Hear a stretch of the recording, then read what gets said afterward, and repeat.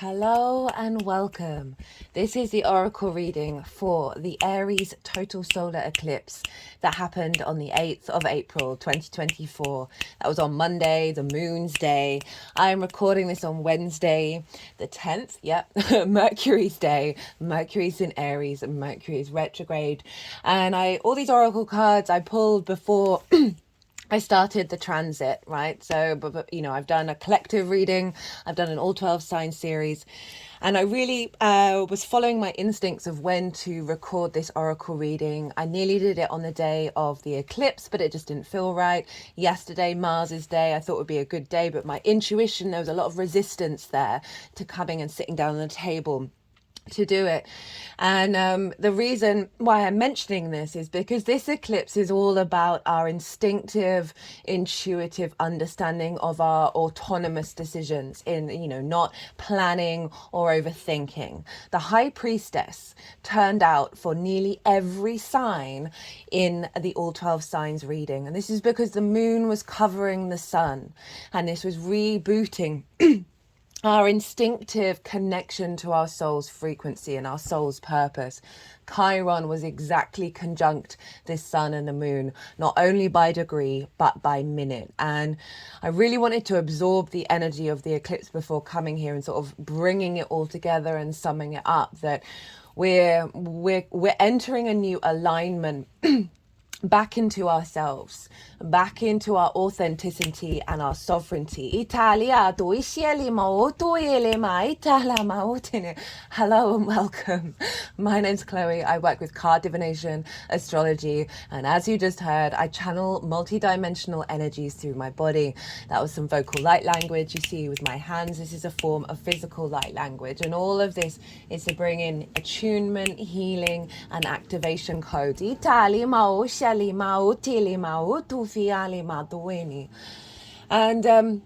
I just want to kind of summarize sort of some things that have happened to me over the eclipse, because they feel very poignant to the energy of that, right? Chiron is the master teacher and the wounded healer. And what really was coming through in the transit that I've just, all the recordings that I've done, is we are moving from focusing on the wound to focusing on the wisdom. And it's in an instinctive, fire is very instinctive in this instinctive sense.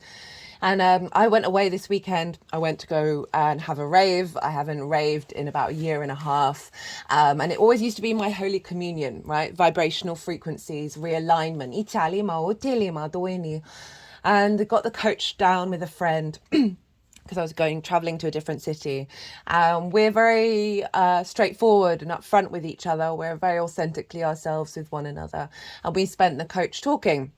And at the end of the coach journey, there was this couple that was sitting in front of us who hadn't spoken at all. And then all of a sudden, they were communicating things that felt like were bubbling under the surface. And they were having a really authentic, open conversation. And it happened again on the return journey. And it's this with another person, of this through, as we individually embody our own authenticity. For those around who may struggle with that and may find difficulty with that, our frequency is allowing others to tap into that expression. And so what was coming through really, really clearly with the readings was, yes, this was an Aries eclipse, but Mars was over in Pisces, in the collective water sign. That this is an individual journey that is influencing the collective. Venus in Aries has been really, really, really loud in such a beautiful way. On the Friday when she moved into Aries, I got the daily paper, the free paper. And there was this article about an individual who was living in a rented flat and had completely transformed it and built basically his own artwork, right? And molded it into his environment. And since he'd passed, and his niece had got the building listed, which has never happened before. And in the article, it described about how this term outsider art, those who haven't created their skills in an institutionalized setting, right? So those who are on the outside, Aries, so independent, wants to go and experience life for itself. Venus, the goddess of the arts, the muse, very empowered, like raising up all of those who go forth on their own sovereignty. So I thought that was there was also loads of articles about adventurers being rescued. A child had fallen down a well, right, going on the hero's journey, had a bit of a mishap, and it was found on the day that Venus went into Aries. And I was just like, so very, very, very loud energy. And not only that, but like last night, I don't watch a lot of fiction. And there was a part of me that was, I know I'm here to observe my instincts, what I'm called to do. But there's still a part of me that's like, oh, I really should have done that oracle reading yesterday. And I don't watch a lot of fiction, and I ended up being called to watch. There's this new film out on Netflix called Scoop, and it's linked into the Prince Andrew situation and his interview he did on Newsnight. And there was some very strong female journalist energies in that. And it was highlighting this old system that is disregarding of the little people. And interestingly, the British royal family is very much linked into eclipse cycles, Prince Charles, now King Charles, was crowned when the North Node was over his North Node in Taurus. I think both Kate and William have they have nodal conjunctions, and so there was this element. And you think of the sun, right, of the monarch, right, of the king. We used to hide the king around eclipses. That the fact that was has been released around the time of the North Node in Aries, especially with Venus being there, of being like, hey, this isn't okay anymore. This really isn't okay. And then following that, I watched this film called Damsel. It's got the female actress from Stranger Things in it, and it's essentially, I don't want to try to spoil it too much, but there's a dragon involved, and there's a very strong feminine independent energy, and there's a lot of breaking of the old cycles. The king is no more, and the real sense of the liberation of the North Node, the dragon. And it's very much tied into the Sumerian mythology around the head and tail of the dragon, which is the North and South Node of Tiamat, this primordial energy. The gods were playing around, and I think I can't remember the mythology, I should have looked it up beforehand. The gods were playing around, and I think they hurt or killed her husband, and that's why she's so enraged, right? And so this dragon, her children were attacked, and so there was this liberation energy, and very, very powerful. There's a shot of the protagonist, the female protagonist, having gone into the dragon's lair and gone on her own journey through the underworld, right? Venus is very traditionally deemed to be in her fall in Aries because she's opposite her own land, her own realm of Libra, and she's in a martial land, which is very hot and fiery and warlike. And to see this female protagonist go through this difficult journey and come out and liberate that head of the dragon of combining forces and breaking old cycles. That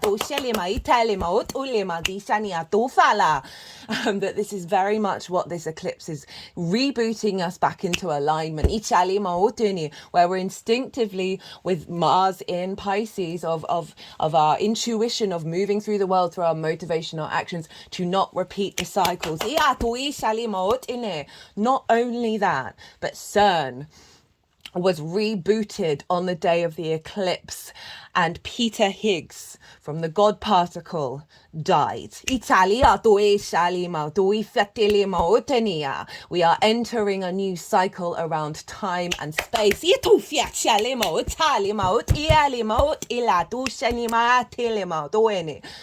where we are honoring our own I am, and in that process being at peace with the I am of everybody else. Itali maduini, a stripping down of judgment and criticism, of expectations and assumptions, and holding an inherent neutral inner peace within us that allows us to unfold collectively.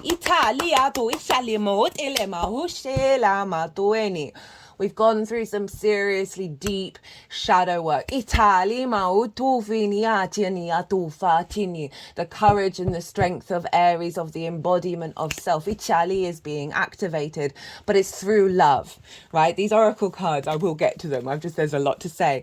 This card, the Venusian Galactic Council, this card came flying out when I was pulling these cards, and I put it back, and then it came flying out again. That we have gone through some difficult times. We've had the capacity to unravel and unfold. We are then being activated and shape-shifting into the I am. Transform your life back to the one while still remaining the collective love.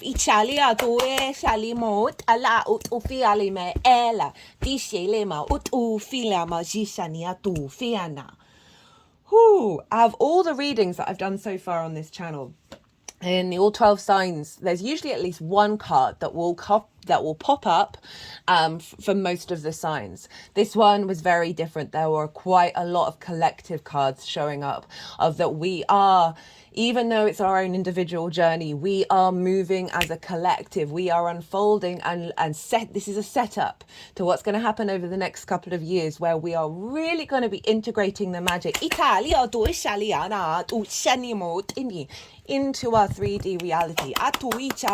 Now, as this is a new moon, this is a new cycle, now we're going to be working on about the integration of this embodiment. There may be some difficult times, there may be some difficult situations. Just breathe into your body and know that your sovereign nature is there. Don't try and overthink it, overplan it, and surrender. And in that surrender, see where your instincts take you.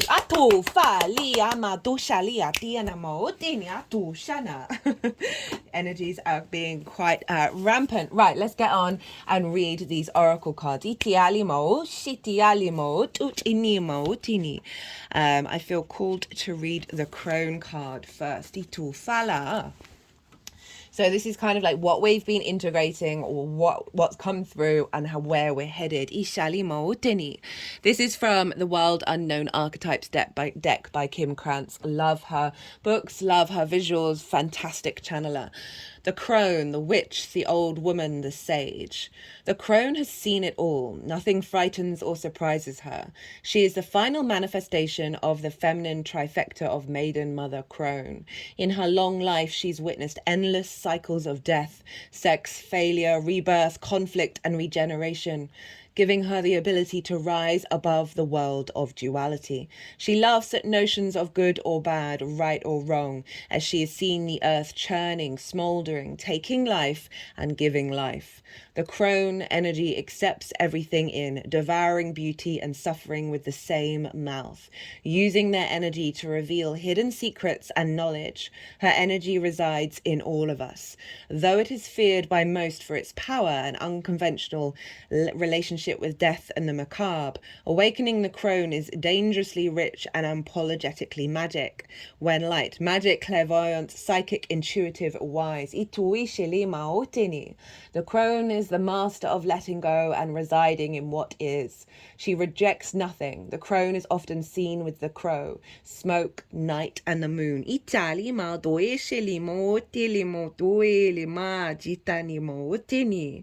The crone has a difficult time tolerating superficial, petty, day-to-day musings. She moves away from such relationships and seeks a deeper path, even if this means a more solitary life. This is kind of summing up the sort of the energy of the neutrality, right, that we've been working on and embodying. I feel like this is very much tied into the Virgo cycle of releasing of judgment, releasing of criticism that is internal, then gets reflected in the external, and making peace with the solitary paths that we all walk on.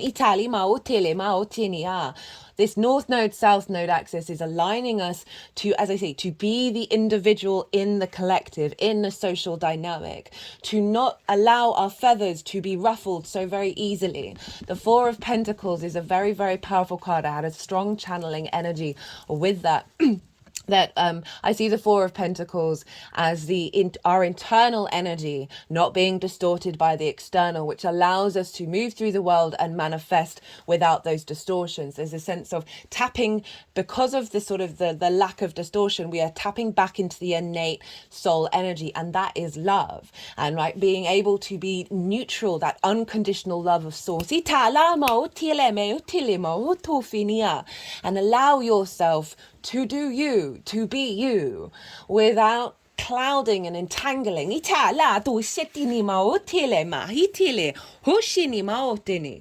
is the sword of light. Divine protection, cords cut, breakthrough energy.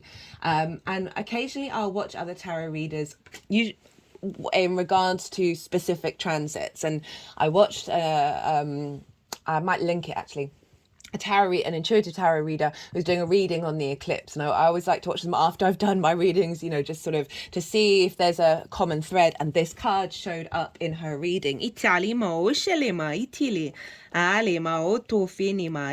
is from the Carl Gray Gateway of Light Activation deck.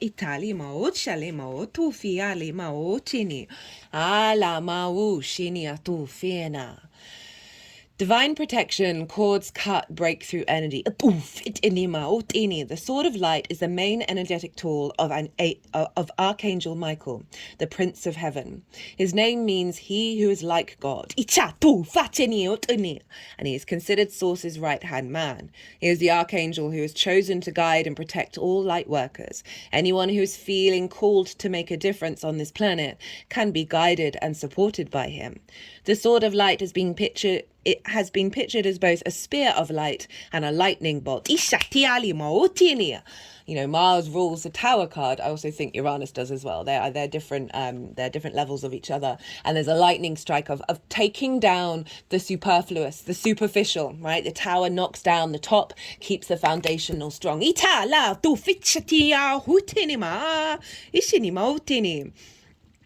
Either way, it is a powerful symbol of truth and spiritual power.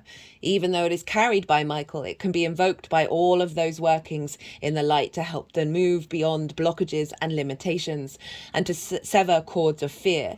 You know, the sense of the fearlessness of Aries, right? The Aries full moon video that I did ages ago, I talked a lot about how fear is a tool to highlight that which is an illusion. Joan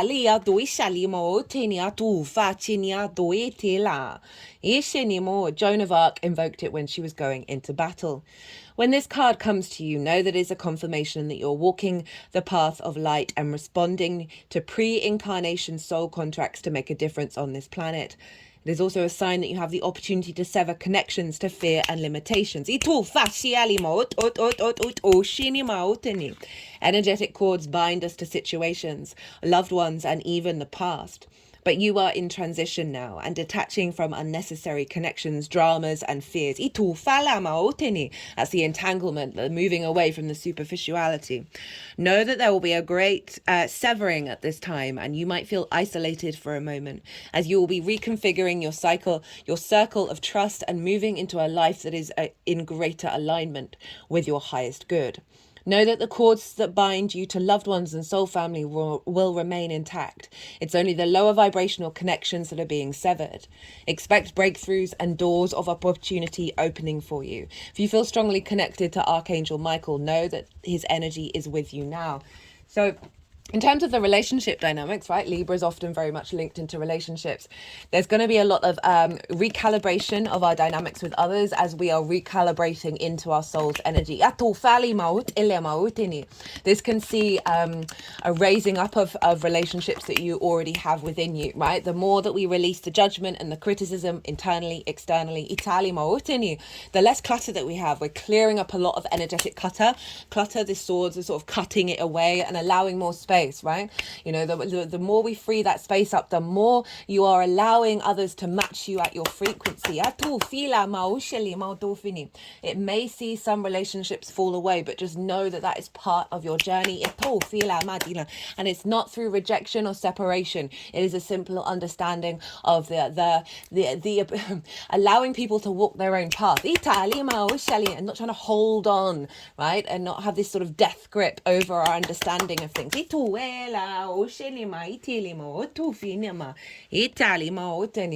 also been really drawn to the Tao. And there's this sense of the innate inner knowledge of the inherent nature of self, that the whole universe is an unfolding of itself, rather than the controlling over it. And that the more that we step into that and have trust in ourselves, even in the bad moments, in every single moment, I feel like this eclipse is bringing in this inherent trust that we are building on, and see things unfold. I've seen it in my own life, right? I've got a Virgo sun, and the level of control, I've also a trauma baby, and the level of control that I've needed and sought in my life, the planning, the pre-planning, the observing, and through the observing, you're so aware. I've had to go through so many stages of surrender. And just when I think that I've hit a point, there's another point, there's another release, there's another release. And the more that I have let go of the clutter, the almost instantaneous result that I've seen in dynamics, in situations, that then, without having to say or advise or do or have any input myself, I've seen the shift come back towards me in a way that was what I was always seeking. We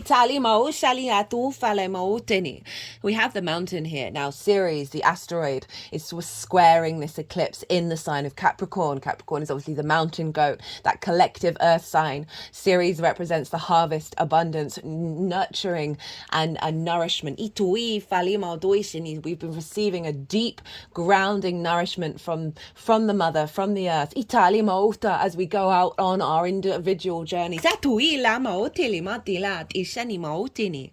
The mountain, the ascent, the peak, the insurmountable.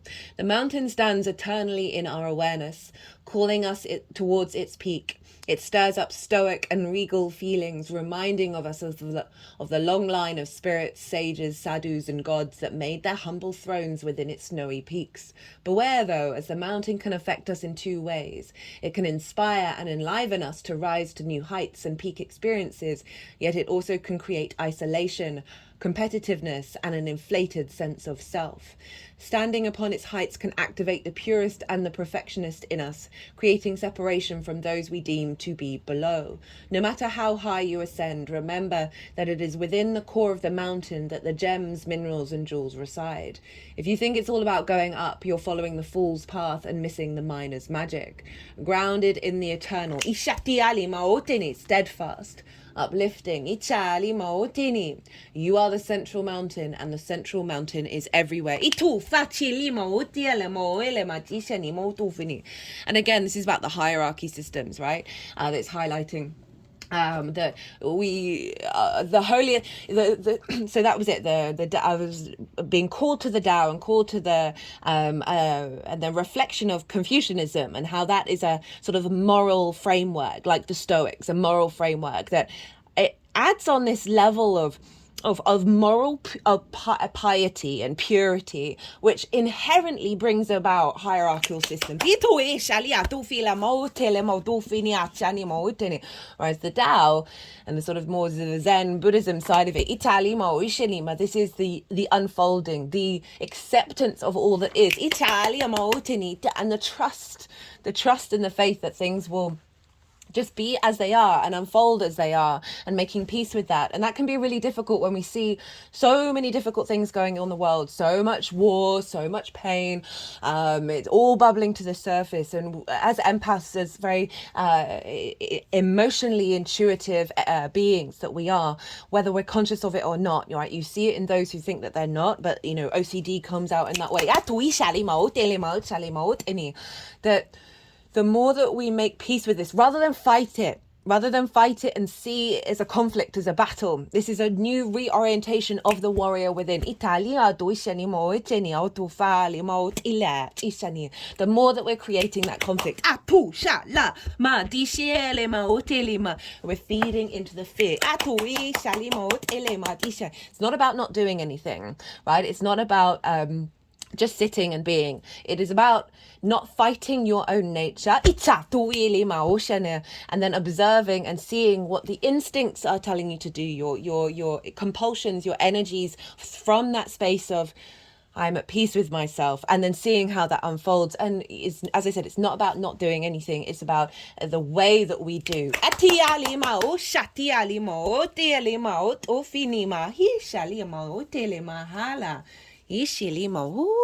Okay, cool. We're just at 20. Okay, so we've got the star gathering. Look at that portal. Stars aligned, remembering home, soul, family. Okay, before I read from this, the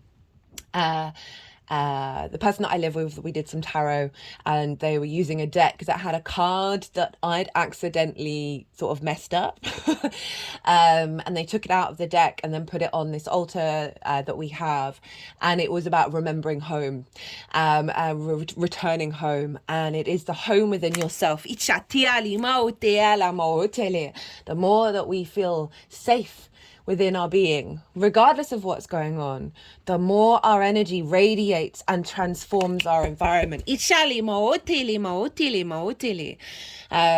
making me think about, so an old person that I used to live with was very much about going out and protesting, and that's just not my jam, and they were quite judgmental towards me not doing that, but I knew that my path was the unveiling of self helps the collective consciousness, and there's this sense of allowing yourself the peace to rediscover and reconnect to the self and align in that way, that the power of the individual to transform. And the more that we do that, that's why I focus on in these readings on the energy of you, what's showing up for you, rather than what's going on with other people, rather than the entanglement, because the more that we understand our own alignment, it was 111 as I just said that, understand our own alignment, and the more that frequency of completion, of acceptance, of satedness within ourselves, the more that feels out into the world of the abundance of the universe. When we're in alignment with that it's no longer causing the scarcity, the fear, the competition on all of those dynamics. There's something powerful about looking up into the midnight sky. Not that I'm saying don't go out and protest. I'm saying get into yourself first and then see how you unfold. Because we all have different callings. We all have different paths. And it is important that we stand up for ourselves and stand up for others. But I feel very strongly that alignment of the self means that the power in which you take your actions is magnified. Seeing the vast openness, we recognize that we are part of something that is beyond our understanding. This card brings that feeling directly to us, that feeling of utter connectedness to the stars, where we fall in and out of the dream state and wonder about the meaning of life, the universe, and everything.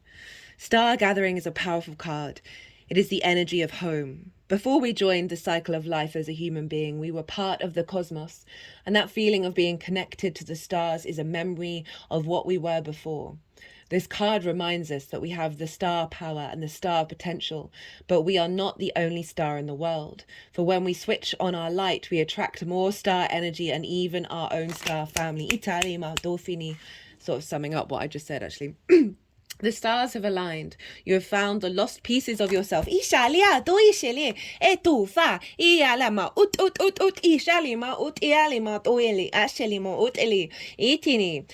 And your energy, and now is your time to shine. You are magnetic, attracting people, energies and opportunities that will allow your dreams to unfold. This is the time of wishes fulfilled, of all your dedication, focus and dreaming has paid off, and now you can reap the rewards. It's important for you to know that this plane of existence is your rightful place, and not to spend too much time trying to transcend this reality. For you chose to be here at this time. Make the most of this powerful opportunity. If you are feeling particularly connected to certain individuals at this time, it's because you're finding your star family, beings you connected with before you entered the cycle of physical incarnation. And as long as you are connected to yourself, you are home. So we are instigating a cycle with that connection to self that is allowing that frequency to then draw the high priestess, draw things towards you. You don't have to worry about the control. You don't have to worry about the how or the plans or even the why. All right, just this or even the why. It's all about this alignment, this instinctive alignment into our inherent soul's frequency beyond the karma of the Chiron energy of those previous cycles. Right, what have we got now? We've got Lady of the Lake. This is from Rebecca Campbell's latest deck, the Healing Waters Oracle. We've got the sword and the lady. I don't think my camera's not very good at picking that up. There you go.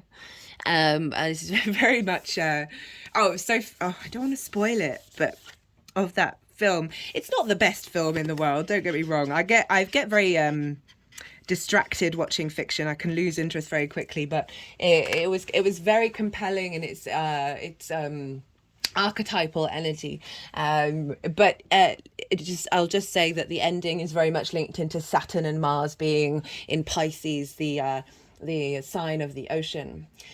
New beginnings. Something is about to happen. According to legend, the Lady of the Lake, also known as Nimun and Vivian, was a powerful priestess or enchantress who lived in a castle in a lake beneath the mystical Isle of Avalon. Deeply associated with water and magic, she was a powerful healer. Some believe that the Lady of the Lake was in fact a role rather than a specific person, with many priestesses of Avalon and the Celtic Isles taking on the position. Others believe that the Lady of the Lake is based on the Celtic water goddesses. A key figure of the stories of Arthur and the Knights of the Round Table, the Lady of the Lake is closely associated with the great magician Merlin. Obviously, the magician card is Mercury's card, and Mercury was very much in the retrograde of the non-linear thinking. A recalibration of our instinctive understanding of time. The Knight Lancelot and King Arthur himself. In one story, after Arthur is fatally hurt in battle, she helps take him to the healing Isle of Avalon, where he is said to rest until Britain needs him again. Whether the Lady of the Lake was one woman or a combination of many, what is certain is that when this powerful goddess comes across your path, something significant was about to happen, and the presence of this card brings with it a message that something significant or new is already here or will soon appear on your path or destiny. I'm ready to step into my destiny today. So the healing waters of that Pisces energy influencing this moon, even though it's Aries, very instinctive, very fiery. We had that water heal, deep healing with Chiron, of activating a new cycle of a rebirth. Then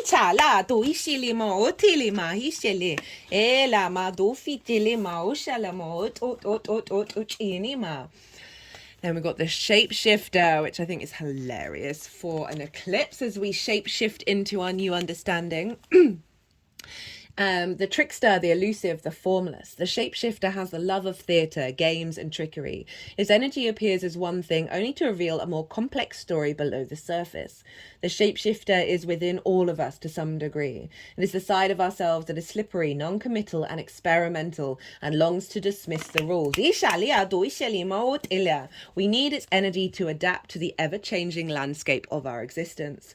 When the shapeshifter card appears, it's important to imagine you are looking at life through a kaleidoscope rather than a single focus lens, right? The all within the one. This inherent neutrality that means we are capable of the mutable energy of, right, Pisces, of adapting and changing and instigating this new cycle of being in flow, of being within your own nature as it is constantly moving and shifting and changing, to not be rigid. When the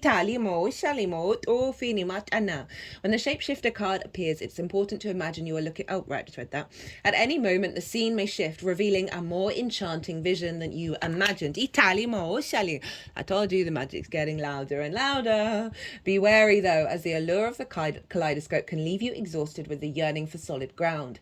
Dancing long-term with the shapeshifter requires a central pillar of integrity that links us back to our center. And that is Saturn with Mars, right? The conjunction is going to be today, late in the evening today in the UK. And the last time Saturn and Mars conjoined was 2 years ago in the sign of Aquarius. We've now got it in the sign of Jupiter, right? This very magical, all-encompassing energy. Saturn is giving structure to that magic within us. Mars is our motivation, our drive, our actions that we take as we move with a more intuitive understanding, as we shape shift into our own clarity of soul.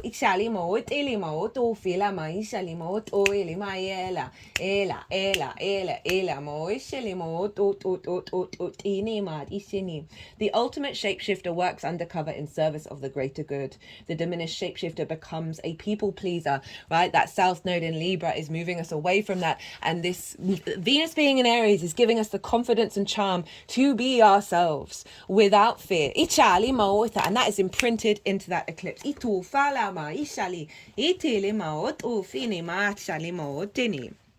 Okay, so this is from the Rumi's Gift Oracle deck by Ari Honarvar. All the decks in the description box, if any of them take your fancy. Rumi was a Sufi mystic. They referred to God as the beloved. They saw the connection to God through love.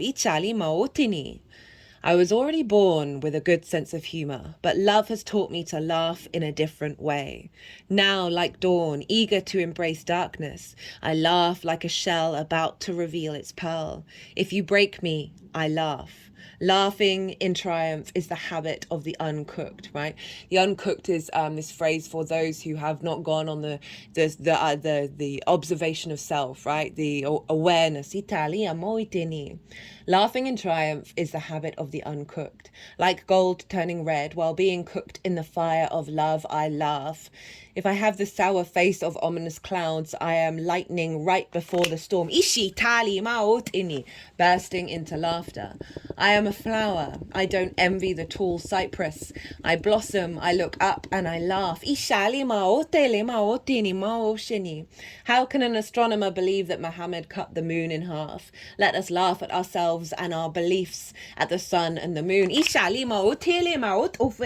you really know death, then learn from your teacher. Like death, laugh at the bubbles of riches and fame. Laugh at this and also at that.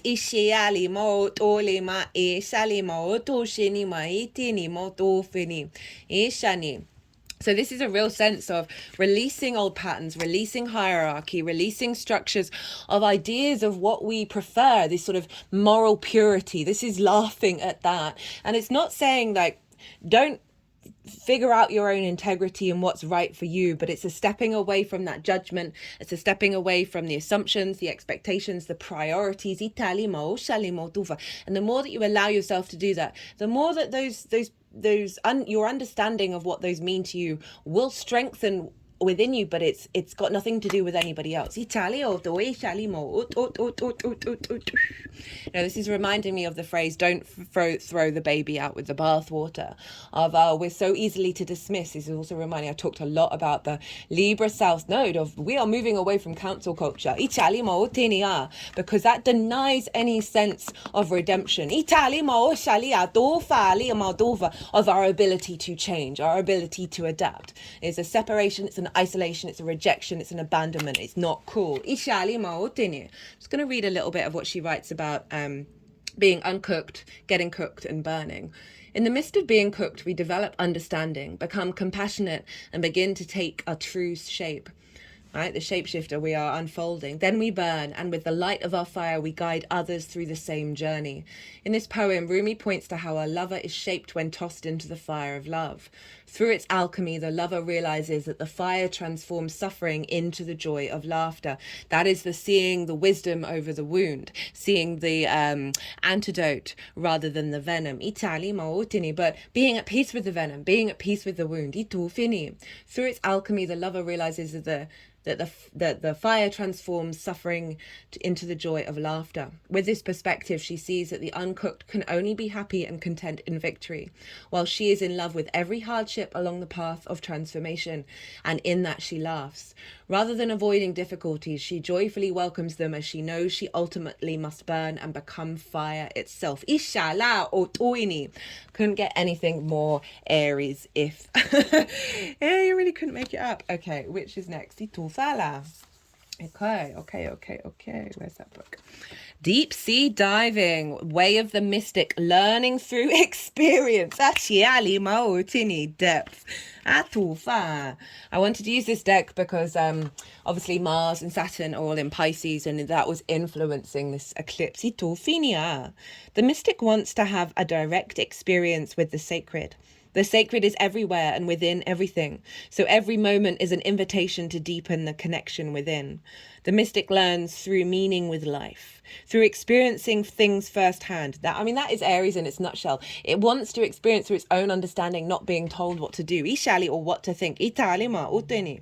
Through learning about what's known and then diving deep into what's unknown for the chance of direct, ultimate experience. Mystics are the sacred explorers of this world, both inner and outer. Open-hearted and minded, they are willing to journey into uncharted waters in order to truly live. If you receive this card, it is likely that you're being called to learn through direct experience, to dive in and explore things for yourself. Like the Sumerian goddess Inanna, journeying to the underworld. Inanna, the Venusian energy stems from Ishtar, stems from Inanna. Venus and the retrograde is very much that going into the underworld. I was just talking about Venus in Aries going into the pit of the dragon and coming out healed and unified. With the next cycle, the next independent cycle. Like the Sumerian goddess Inanna, journeying to the underworld to return completely transformed by way of the mystic is not for the faint-hearted, but it is a way to truly live. Most learn through reading books and following processes. The way of the mystic is much deeper, more experiential and feminine. It requires faith and courage, right? The Pisces is very much, Jupiter is very much about faith, and therefore Pisces has that thread and theme to it. And obviously Aries, Mars, the god of war, the courage to experience and go forth into new frontiers. It demands that you disregard external maps and be led from within. And while every step of the journey may not be clearly marked, and the way ahead always I'm going way too fast. And while every step of the journey may not be clearly marked, the way ahead always emerges. That's the trust in the self that we're embodying and incorporating, and the transformation cannot be replicated. Perhaps you're in an uncharted place in your life, or being called to embrace uncertainty. You're being called to the depths and you'll return transformed. The affirmation: I trust my path and choose to see the sacred everywhere and within all things. I follow the intelligence that's within me. Ooh, that affirmation, the intelligence, Mercury, our ability to instinctively collect information. This is from the Four Agreements Oracle. And this is, I recommend the Four Agreements book to anybody. It's very short, it's incredibly profound, and the four very potent pillars of how to understand and move through the world. Don't take anything personally. Transform your life. This figure's about to go jump into the ocean. I love it. When you refuse to take things personally, you avoid many upsets in your life. Your feelings of anger, jealousy, and even your sadness will simply disappear. Even if you don't take things personally. Again, it's the releasing of the judgment, the expectations, the assumptions, and it's not denying your own preferences, but not letting the external diminish your energy, your spark, your initial flame of soul within you. And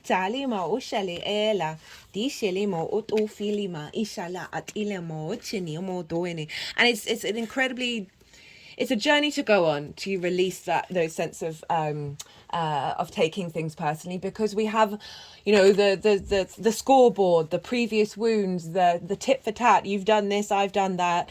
The not communicating these things. I see so many relationships, their energy is distorted because there's the underlying tension of all the things that are unsaid that then comes out in the present moment. So we are constantly dragging that past into the present. And, you know, there's sometimes when situations are happening, you're like, well, that actually really hurt me. That wasn't cool. That would fundamentally, on a very fundamental level, that behavior, there's no getting around how that wasn't a good thing, right? How that was bad, that wasn't great. And all of these connotations, like I'm not denying any of the emotions because they are so understandable. And they're so, it's a difficult thing being a human being. We all know that. And then it's not about denying those emotions, but are they taking up the main stage? It's about creating that space within you that isn't taking it personally, process that journey and go back to doing what's right for you. And sometimes that might mean giving space to certain dynamics, to certain situations. It's not rejecting them. It's just like being at peace, and you go back to your own adventure, your hero's journey, your fool's journey of the Aries experience. And then you'll see, through no control of your own, through that acceptance, that neutrality, that things will unfold by themselves. Okay, so this is the second card, called Teacher. Atar explored the 7 valleys of love. We are still getting around one curb. Now, this poem was attributed to the teacher of Rumi. I'm going to read a little bit of description with this one because it's quite short and there's a lot going on. The mythical bird, the simorgh, appeared in many of Rumi's poems. This bird is gigantic enough to carry off an elephant or a whale. It sometimes appears as an amalgam of different animals, for example, a peacock with the head of a dog and the claws of a lion. Baba Atar, Rumi's revered teacher, wrote about thousands of birds embarking on the arduous journey through the 7 valleys of love in his famous Conference of the Birds. Each valley presented a different spiritual difficulty and a mortal danger required of pilgrims before meeting the great mythical, I don't know why I struggled with that one, simorgh. At the end, 30 birds survived, and they come to realize that they themselves are the simorgh. Although Rumi found his beloved an equal in Shams, he still acknowledged his great teacher Baba Atar and used Atar's imagery in his poems. For Rumi, it was necessary to unlearn the past knowledge and allow love to fill his being. It's this sense of, in the journey that we walk, we rediscover our own glory, our own mythology, our own divinity, and honor the path of all those that are also walking this, whether it's on the same path or not. It's the honoring of everybody's hero journey, everybody's full journey. Right. So we've got the Venusian Galactic Council, Venus coming in big and strong. Star being guides answer the call, time to shine. The Venusians are advanced cosmic beings similar to angels who come from the planet Venus. They are our starry ancestors and are dedicated to helping us experience and embody divine love, right? There's a sense of, like, with a lot of religions, of like, how can God exist if there's all this torture and all this pain and all this war and all of the difficulties. And it's through that unconditional love of that which you have birthed into the world to allow it its own sovereignty to go its own path. That we are here to try and embody, and it's difficult. We're very emotional beings, and it's working through our understanding of what love truly means.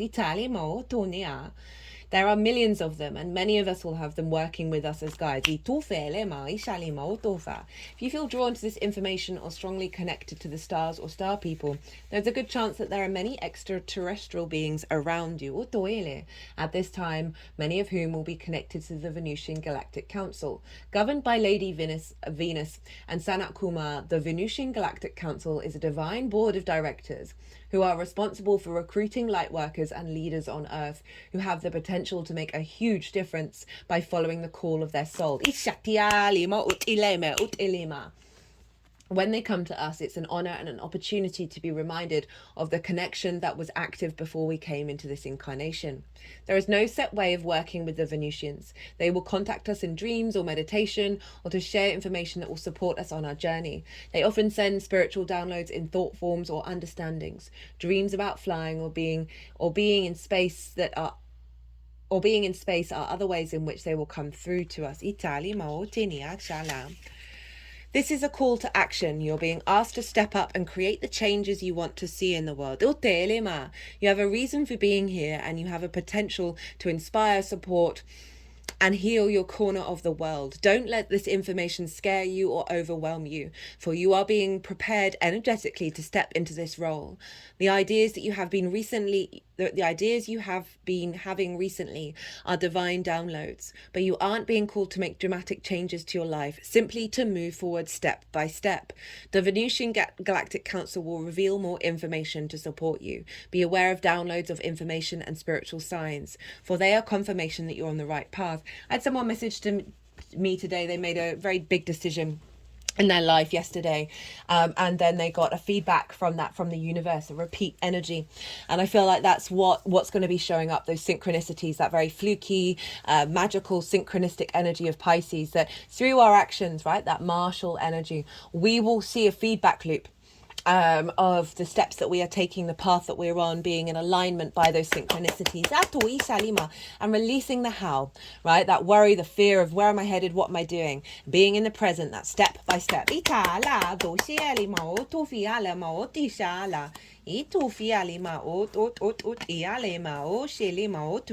they want the order of the I'm gonna get this wrong. Medelshiek. No. This word. Wishala, embraced by light, mission uncovered. Don't give up. Don't give up, 'cause you have friends. Peter Gabriel, Kate Bush, Don't Give Up. Go listen to it. It's a tune. Melchizedek, right, there we go, they've pronounced it out for me, whose name means King of Righteousness, is the first high priest mentioned in the Bible, the one who initiated all the great teachers that followed him. He is mentioned in several Abrahamic texts, including the Dead Sea Scrolls and also the Kabbalist Zohar. He is the ancient gatekeeper of the light, who is dedicated to helping all those walking the spiritual path to take the initiatory steps to align with the light. The best way to describe this great being is as a wizard. When you invoke him, you will feel the presence of a loving angelic grandfather who wants to guide you to your greatness. The order of the Melchizedek, which was mentioned by Jesus in the New Testament, is a divine order of a very high frequency light beings, angels and masters who are working together as energetic force, dedicated to lightening up and outshining all darkness and bringing a greater balance of masculine and feminine energies to the earth. You know, if you think about the spring equinox, which is the Aries ingress, that's equal day, equal night. And Libra is equal day, equal night. Honoring of the duality, honoring of the yin and the yang, finding that balance that we have within us. By connecting with these cosmic beings, we give permission for our energy to be upgraded by light and to light. We incarnated on a planet that has equal day and equal night, honoring of the duality. Pisces, mutable energy, two fishes pulling away from each other, honoring that all rivers lead to the same ocean, the light and the dark, that unconditional empathy. By connecting with these cosmic beings, we give permission for our energy to be upgraded by light and to light, so that we can become an even greater vessel of purpose for the world. You have learned so much and are now recognizing all the great lessons your experiences and challenges have brought you. That's the upgrade of Chiron. The order of Melchizedek is coming to you today to encourage you to continue on this pathway and not give up. Even in moments of darkness and fear, there is the opportunity for you to share your light. If you're feeling overwhelmed, it's imperative for you to know that you are not alone. Light is with you and within you. And by invoking spiritual support, you will be able to muster up the strength, courage, and focus you need to surmount whatever challenges you face. Climb that mountain. utinia tu fala. Tishenemo tu now. Final two cards. The One, itu fa, non-duality, one love, unus mundus. Our ability to experience this archetype firsthand is limited. It comes in brief and potent moments that we are left to savor for a lifetime. The One is both the energy, I mean, that kind of looks like eclipse energy, doesn't it? The light still gets out. The One is both the energy that unites all living beings and our capacity to sense this ultimate union. This archetype eludes us most of our lives, appearing as a concept in a distant galaxy. Yet when we are in the midst of its power, a solemn reverence falls across the land. We eclipse ourselves in the vast... We glimpse ourselves, that's so funny. We glimpse ourselves in the vastness of all consciousness and are neither small nor large within that field. We are neither important nor unimportant. All duality fades away and we are left with what is the precious knowing that life is a gift, that we are both the giver and the receiver of this fortune. It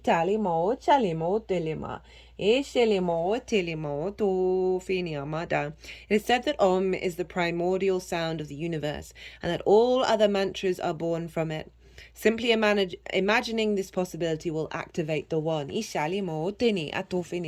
got into the habit of listening to theta brainwaves, but as I fall asleep with Om chanting in the background. And obviously the level of integration that's happened since I started doing that is wild.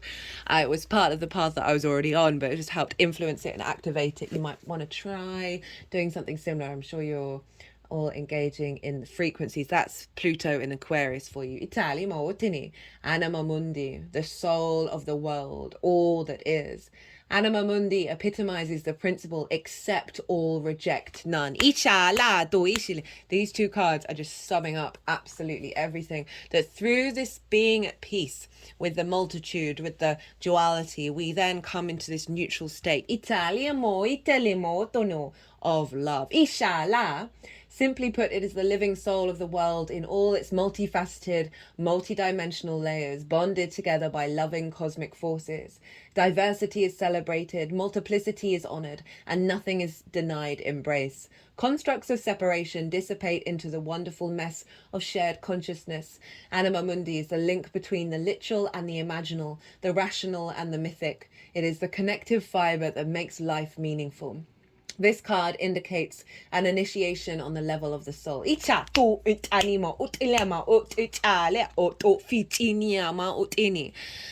five-pointed star is the Venus retrograde cycle that she makes over with all the different there's 5 different retrogrades that go in a loop. She's coming through big and strong. I am loving it so much.